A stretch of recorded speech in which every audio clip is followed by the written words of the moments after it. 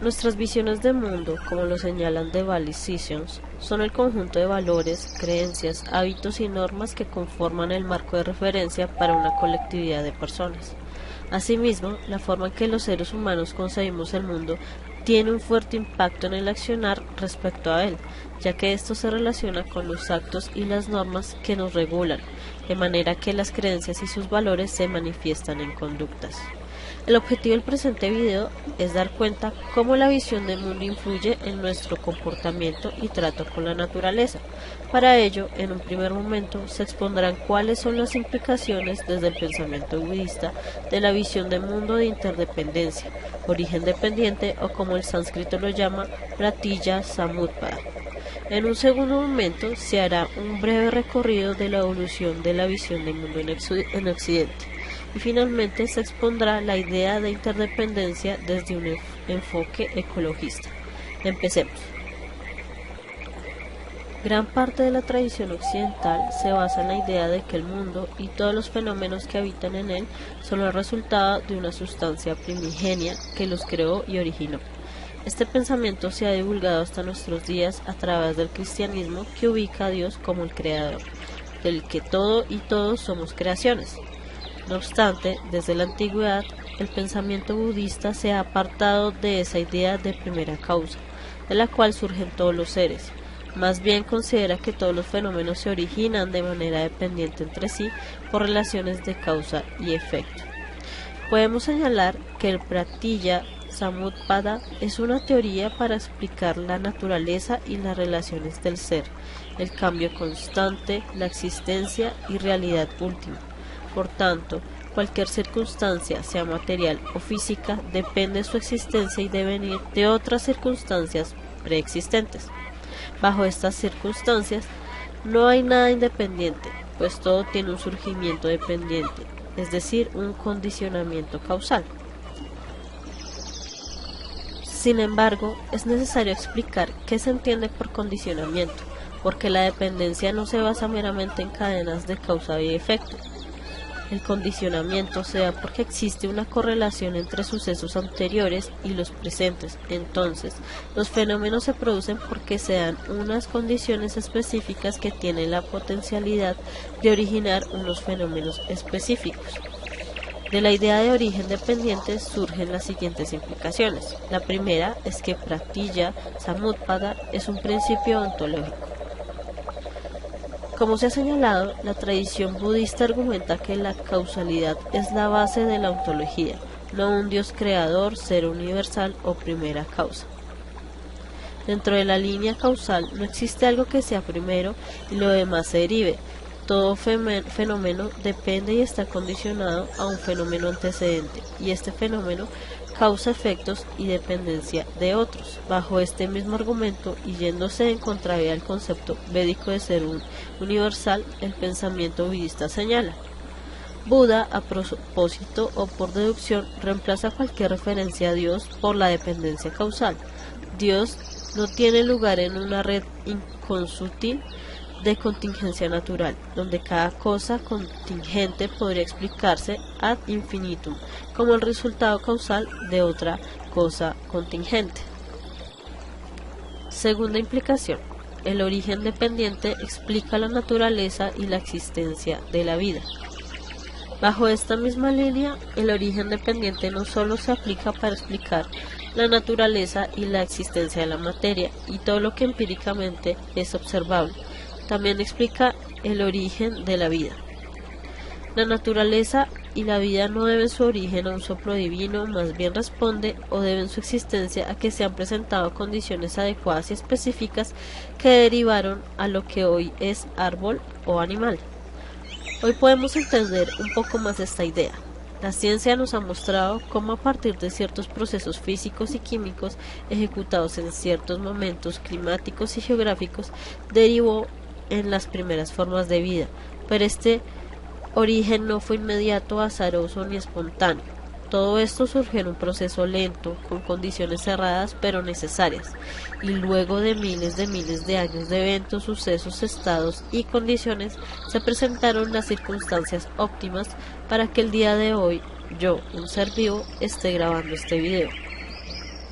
Otra consecuencia que se deriva de esta visión de origen dependiente es que no sitúa al hombre en el centro del todo, no privilegia respecto a otros seres y fenómenos en el mundo, pues al ser el hombre parte de esa cadena causal en el que recae y es afectado por los otros fenómenos, puede reconocerse dentro de este mundo, respetar a los otros seres y actuar positivamente respecto a ellos.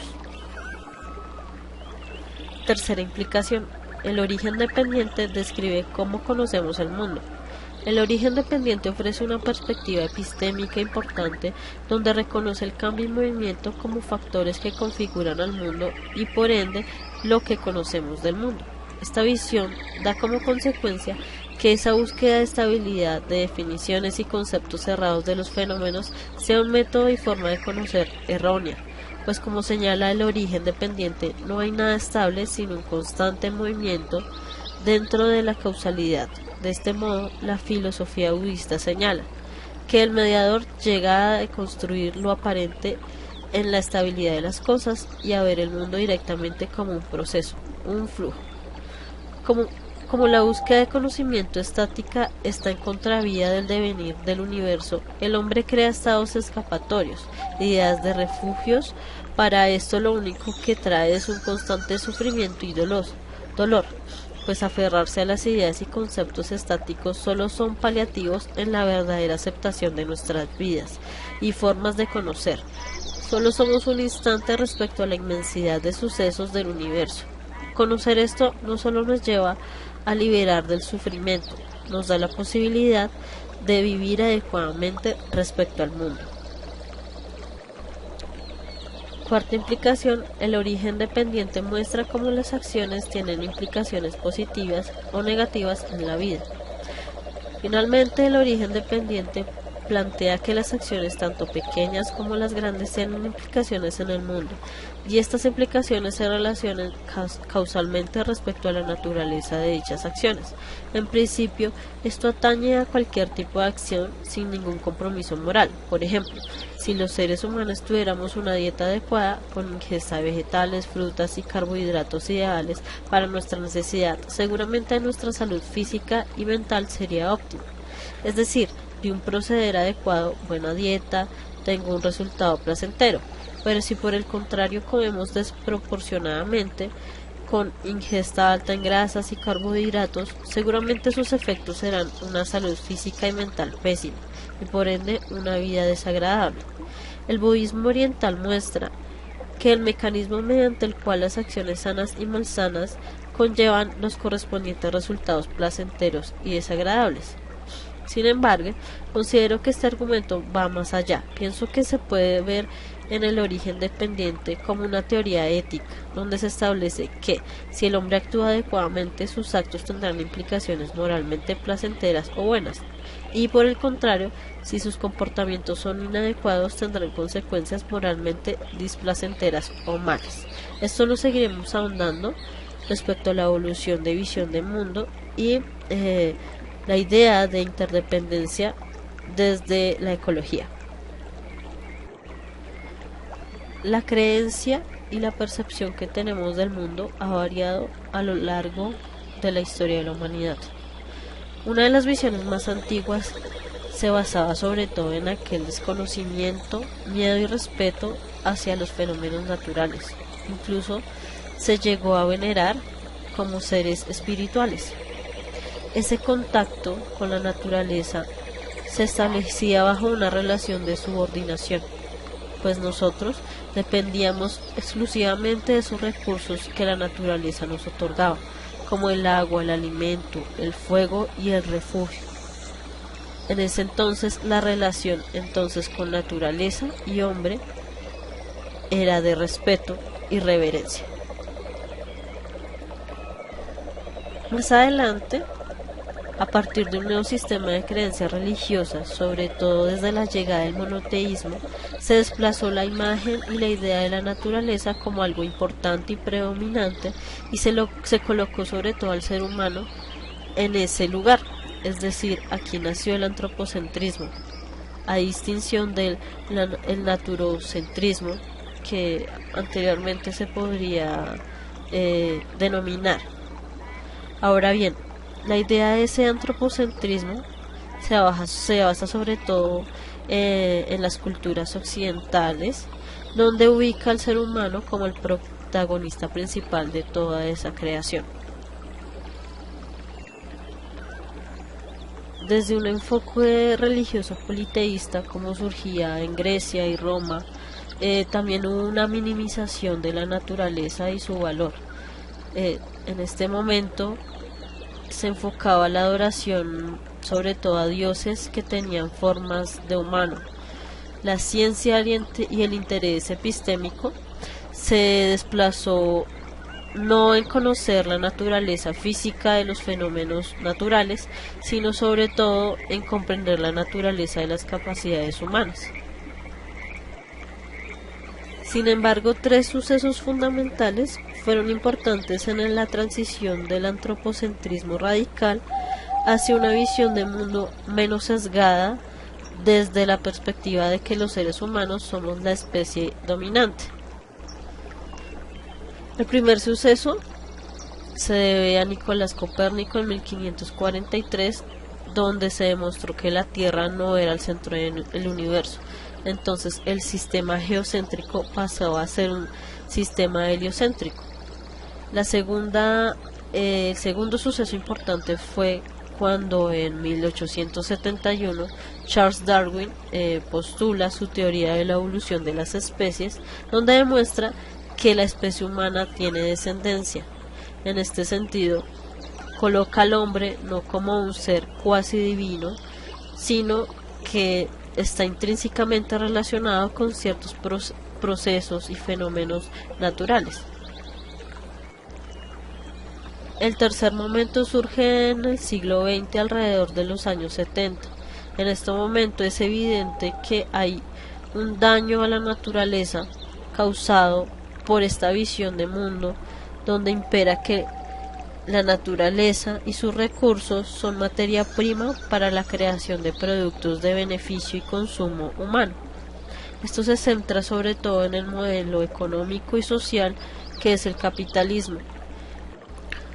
A partir de estas consecuencias que derivan de actitudes antropocéntricas, surgen unas nuevas visiones de mundo que se basan sobre todo en una naturaleza ecocéntrica, y esto se basa en la idea de que los seres humanos hemos abusado significativamente de la naturaleza y que se requiere reparar el daño ocasionado en el entorno. En ese momento, entonces se coloca la naturaleza en el centro de atención humano y pues se empiezan a realizar proyectos con el fin de minimizar todos estos impactos que han generado el desbalance natural. En 1973, Arnaez propone un nuevo término llamado ecología profunda, y esto se basa sobre todo en que el hombre debe tener una armonía con la naturaleza. Se debe dejar de lado esta visión de que los seres humanos dominan a la naturaleza. Otro aspecto es que debemos ver al ambiente natural no como una fuente de recursos, sino que ella misma tiene un valor intrínseco. De esta forma, reconoce que esas provisiones que otorga la tierra son limitadas, no como se creía antes, que eran abundantes, casi que infinitas. A propósito de la tecnología y la ciencia, la ecología profunda señala que sus progresos deben ser armónicos con respecto a la naturaleza, no deben sesgarse sobre todo para el beneficio de los seres humanos. Bajo esta misma línea, el hombre debe reconocer que su consumo debe ser también equilibrado. Debe tener la premisa sobre todo de lo que es indispensable y necesario. En lo posible se debe inclinar por el reciclaje y por el reutilizamiento, y no sobre ese consumo que lo que hace es estar botando y botando recursos. De esta forma podemos ver que una de las implicaciones, como se señaló anteriormente, del pensamiento budista desde el concepto de interdependencia también es nuestra actitud de mundo, sobre todo en nuestras acciones sobre la naturaleza y cómo ellas tienen también una implicación ética y moral. Al ser nosotros los seres humanos sujetos a estas redes de conexión grandes, donde cada uno de estos puntos son seres vivos que se van conectando unos a otros y que de esta forma dependen unos de otros para su supervivencia, es que concebimos la idea de que nosotros somos responsables también de este colectivo y estas redes. Esta idea de origen dependiente o de interdependencia otorga una visión desde una perspectiva de ecología, donde nosotros, como seres que poseemos una moral y que estamos asimismo sesgados bajo estas redes vitales, tenemos la oportunidad y sobre todo tenemos el deber de cuidar de ellos. Este panorama y esta visión de mundo hace que reflexionemos sobre todo bajo nuestras conductas y hace que reflexionemos sobre todo bajo nuestro papel en el mundo, ¿no? Ya no estamos por encima de la naturaleza, sino hacemos parte de ella. Y al ser parte de ella es que debemos de cuidarla.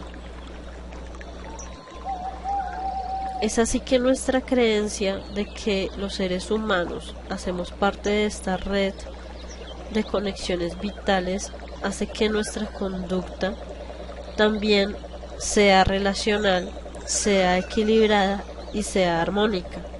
En este sentido, desde un postulado como lo es el Pratityasamutpada, puede tener una implicación en un aspecto ecológico. Finalmente, desde Corral podemos sugerir que han empezado a surgir este tipo de visiones de mundo donde no se casan por completo con una idea antropocéntrica ni ecocéntrica por separado, sino que intentan combinarlas ambas bajo creencias ambientales en una visión que privilegia la idea de que el entorno físico requiere al ser humano. Es decir, debemos crear una conciencia, una ética que implique nuestro compromiso para la preservación de la naturaleza y que las personas además necesitan de esa naturaleza para sobrevivir. Es decir, aquí se ve manifestado como todo este tipo de creencias de interdependencia son necesarias también para nuestro cuidado y preservación.